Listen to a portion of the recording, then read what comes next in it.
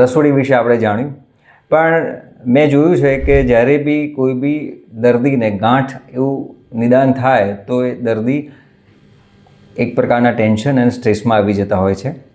તો આજે હું તમને સાદી ગાંઠ અને કેન્સરની ગાંઠની વચ્ચે શું ડિફરન્સ હોય એ એકદમ સાદી ભાષામાં સમજાવીશ.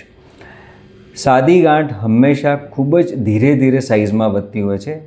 કમ્પેરેટિવલી કોઈપણ કેન્સરની ગાંઠ એના કરતાં ઝડપથી આજુબાજુ એની સાઇઝ એની વધતી હોય છે.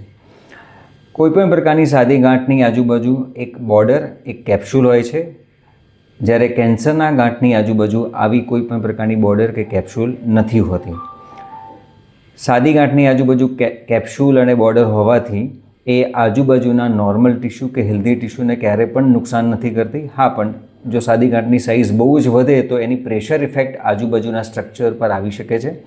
જ્યારે કેન્સરની ગાંઠની આજુબાજુ કેપ્સ્યુલ કે બોર્ડર ન હોવાથી એ આજુબાજુના નોર્મલ ટિશ્યુને ઇન્વેડ કરી શકે છે, નુકસાન કરી શકે છે.